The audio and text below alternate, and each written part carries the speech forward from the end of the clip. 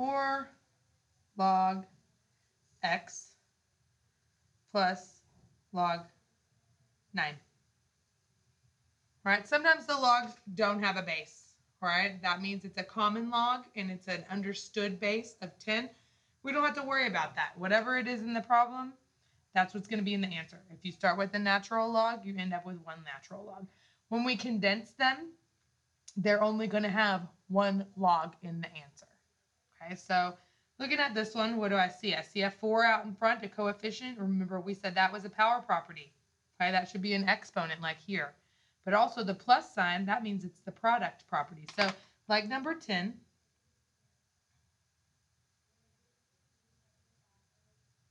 this one is the power and the product property. And the first thing I'm going to do here again is move this 4 back into the exponent. Okay, so log x to the 4th power plus log of 9. Right, then I'm going to take care of the product property.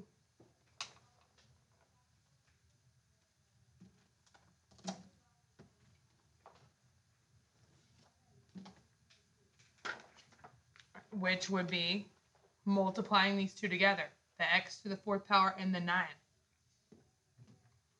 The reason that I did this one is because if we did it in order, we would get log x 4, 9. Okay, but that doesn't really make sense. The way that we normally write numbers and variables together would be log 9 x to the 4th power, right? We put numbers before variables. So even though this came second, it doesn't matter when you're multiplying what one comes first or what one comes second. The proper order is to put, you would say 9x, not x9. Okay, so once we combine those, that's what it will look like. Even though in our original problem, the plus log of 9 was the second thing.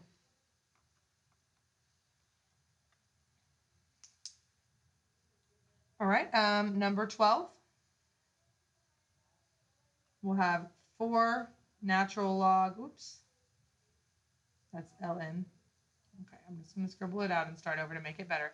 4 natural log of 3 minus 5 natural log of y. And go ahead and wipe this out. Right, so what do we see? Again, we have to look at our results, not the original, to think about what's happening. But anytime we have a number in front, that was supposed to be an exponent. Okay, so that means that we're going to use the power property. Anytime we have a minus, that's the quotient. Right, and it looks like I'm not going to have, since I have another number in front, a coefficient, that will be an exponent as well. Okay, so I don't see the product property. So this is going to be power and quotient properties.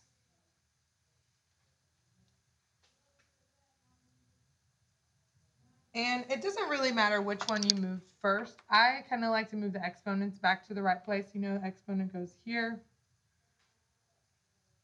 and here. So when I rewrite it, it'll be natural log 3 to the 4th power minus natural log y to the 5th power. Then I have to do some simplifying. Okay, I just use the power property, but the subtraction tells me that I'm using the quotient property like we did on number 9. So I need to divide. Okay, and again, on all of these, we'll only have one log or one natural log in our answer. So it'll be natural log 3 to the 4th power on top over y to the 5th power on bottom. Right, and it looks almost like I'm done, right? But there is actually one more thing I can simplify. Okay? Let's not forget just going back to basics with our exponents. If it's just two numbers, 3 to the 4th power, I can simplify that. I can get a number answer for that. Okay? 3 to the 4th power, if you don't know, is 3 times 3 times 3 times 3. Right? You can always put it in your calculator. 3 to the 4th power is 81. Okay, so I can simplify that further. So this will really be natural log 81 on top, because that's what 3 to the 4th power is. Y to the 5th power on bottom. Y to the 5th, that's a variable. I'm going to have to leave it that way. Okay, so see, my result only has one log in it, and we combined everything else, right? Sometimes you got to watch out for that. If you have two just numbers, you can simplify that. 3 to the 4th power we can do. Y to the 5th power, y is our unknown. So we can't simplify that any further.